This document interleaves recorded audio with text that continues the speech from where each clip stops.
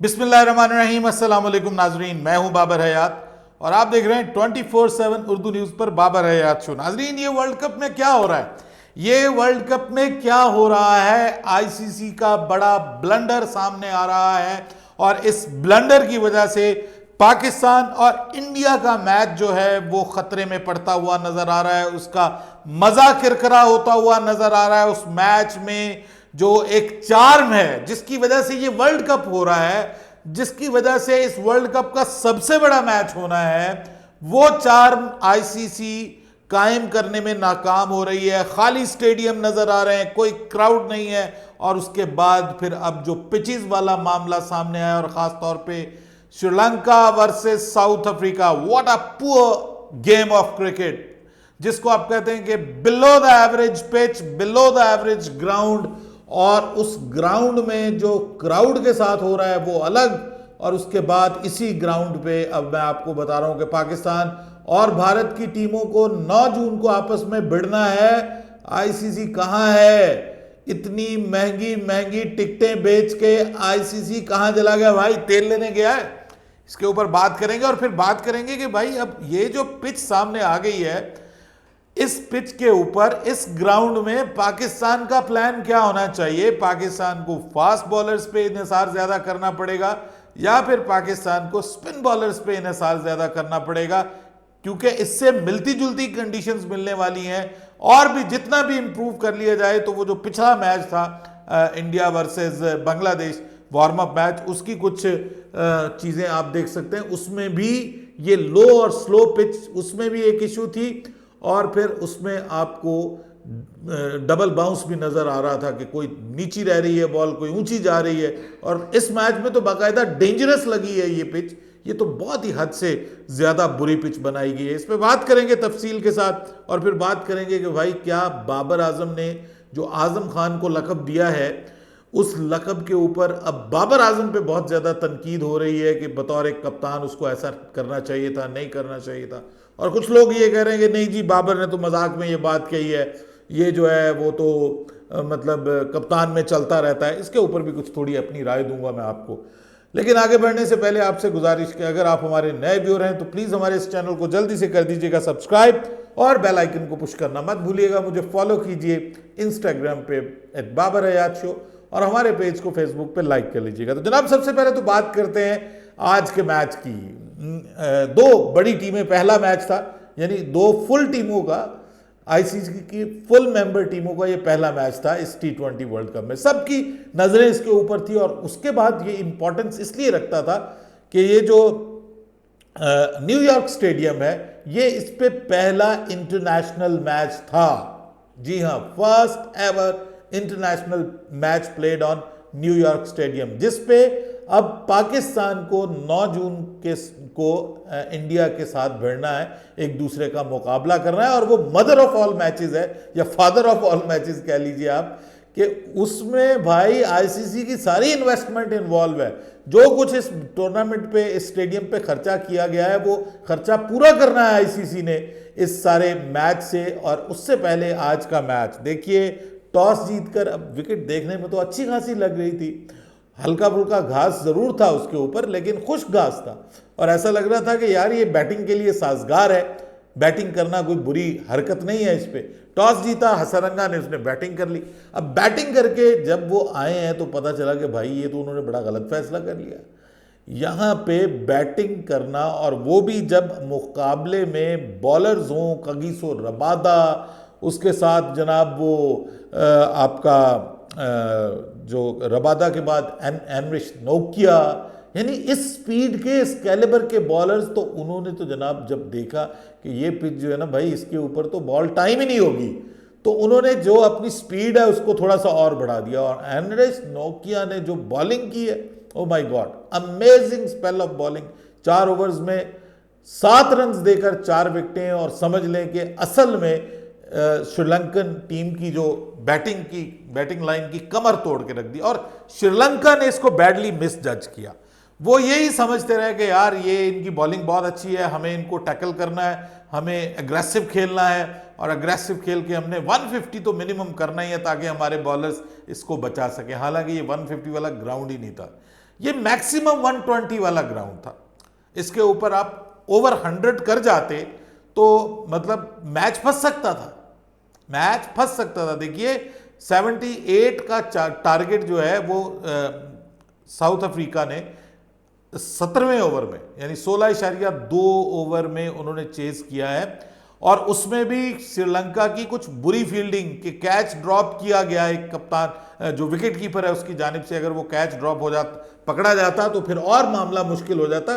4 विकेटें गिर गई उनकी, और वो टुक टुक टुक टुक टुक टुक लगे हुए हैं, सिंगल ले रहे हैं, सिंगल ले रहे हैं। अब उनको पता चल चुका था कि भाई ये ग्राउंड जो है ये इतने वाला नहीं है, ये ग्राउंड इस पे आपने टिक के खेलना, सिर्फ जो बहुत बुरी बॉल होगी जो बिल्कुल आपके आर्क में होगी उस पे आपने मारना है, अदरवाइज आप इस मैच में नहीं मार सकते।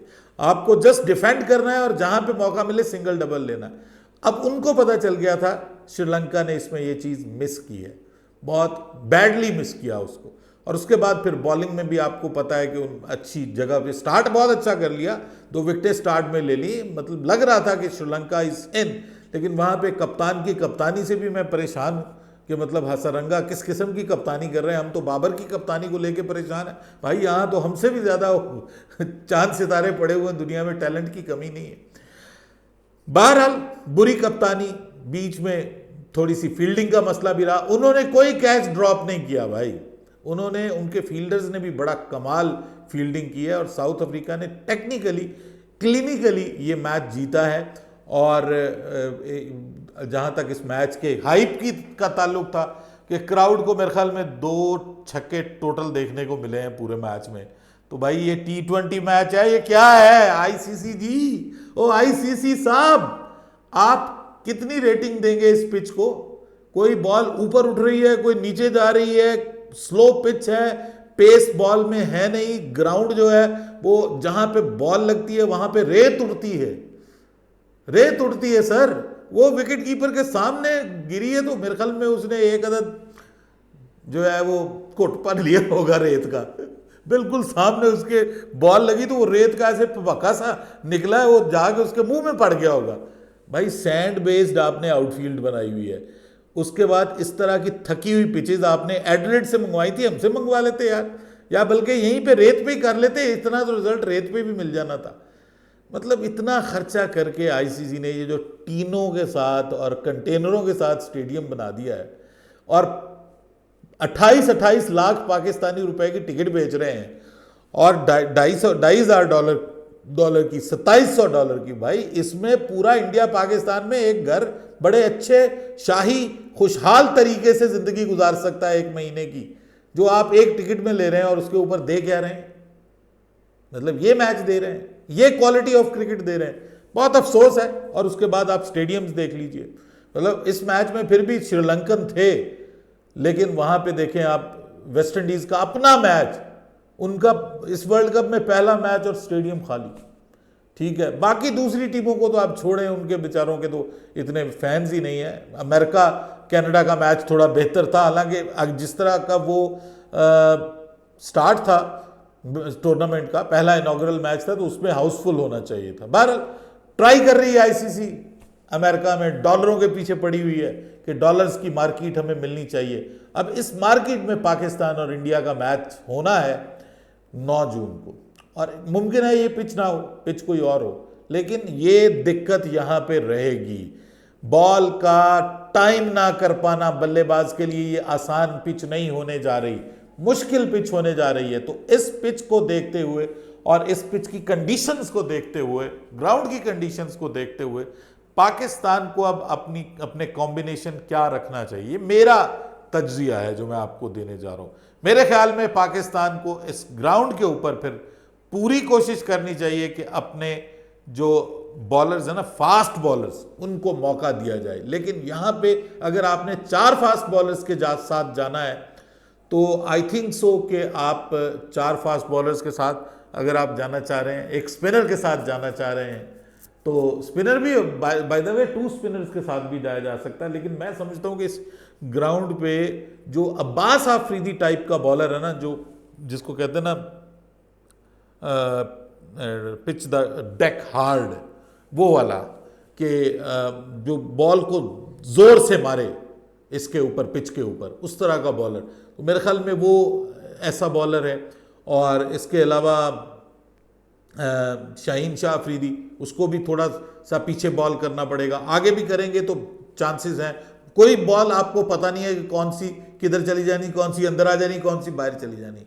तो आई थिंक सो कि पाकिस्तान को अगर 4 फास्ट बॉलर्स के साथ भी पाकिस्तान की टीम जाती है तो बुरा नहीं है।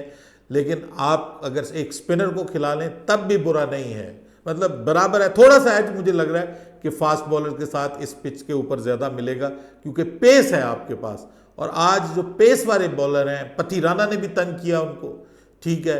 उसके बाद जो है वो इवन मैथ्यूज़ ने बड़ी अच्छी बॉलिंग की है, और शानका जो है उसने बड़ी अच्छी बॉलिंग की है। तो मुझे लग रहा है कि पाकिस्तान को 4 सीमर्स के साथ जाना चाहिए। एक स्पिनर पाकिस्तान के पास होना चाहिए, वो आई थिंक सो कि आपके पास अवेलेबल है इन द फॉर्म ऑफ आपके इमाद वसीम के। और साथ में अगर ज़रूरत पड़े तो आप इफ्तिखार से बॉल करवा सकते हैं। इस ग्राउंड में आई थिंक सो कि फास्ट बॉलर्स की बॉल जब रुक के आएगी तो टाइमिंग होएगी नहीं और हिट लगेगी नहीं। और जहाँ पे आपको मौका मिलना है आपने उस मौके को दोनों हाथों से दबोचना है, क्योंकि ये ग्राउंड आपको मौके देगा।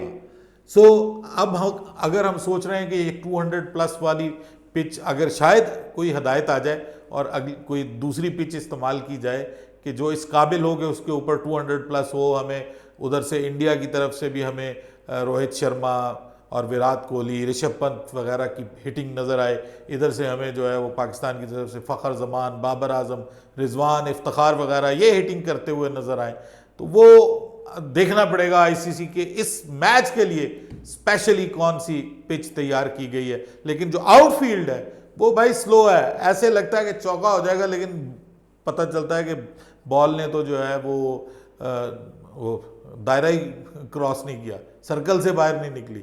तो ये भाई एक अजीब सर्कल है जिस सर्कल में अब हम डलने जा रहे हैं। इस वर्ल्ड कप में तजर्बात हो रहे हैं, और तजर्बात वो भी क्रिकेट पे, और कर कौन रहा है? आईसीसी। बाय द वे मैं आईसीसी से पूछूंगा कि वो अपनी इस पिच को कितने रेटिंग पॉइंट्स देंगे। क्या डीमेरिट पॉइंट्स मिलेंगे इसको? क्या बिलो द एवरेज होगा, या फिर ये डेंजरस करार पाएगी? क्योंकि एक बॉल ऐसी हुई है इसमें जो वाकई डेंजरस थी। अपनी राय दीजिएगा कमेंट सेक्शन में। बाबर हयात को इजाज़त दीजिएगा। अल्लाह हाफिज़।